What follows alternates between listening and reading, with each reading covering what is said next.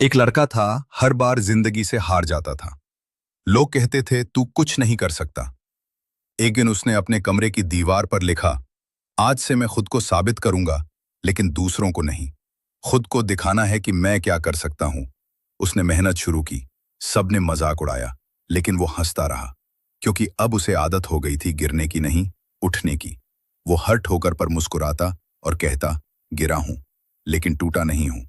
कुछ सालों बाद वही लोग खड़े थे तालियां बजाते हुए, और वो चुपचाप अपनी मेहनत की छांव में खड़ा था, क्योंकि शोर मचाना जीत नहीं होती। सच्ची जीत वो होती है जो दूसरों की चुप्पी से सुनाई दे। सीख। हार तब नहीं होती जब आप गिरते हैं। हार तब होती है जब आप मान लेते हैं कि आप कुछ नहीं कर सकते। फिर आपने लाइक सब्सक्राइब नहीं किया।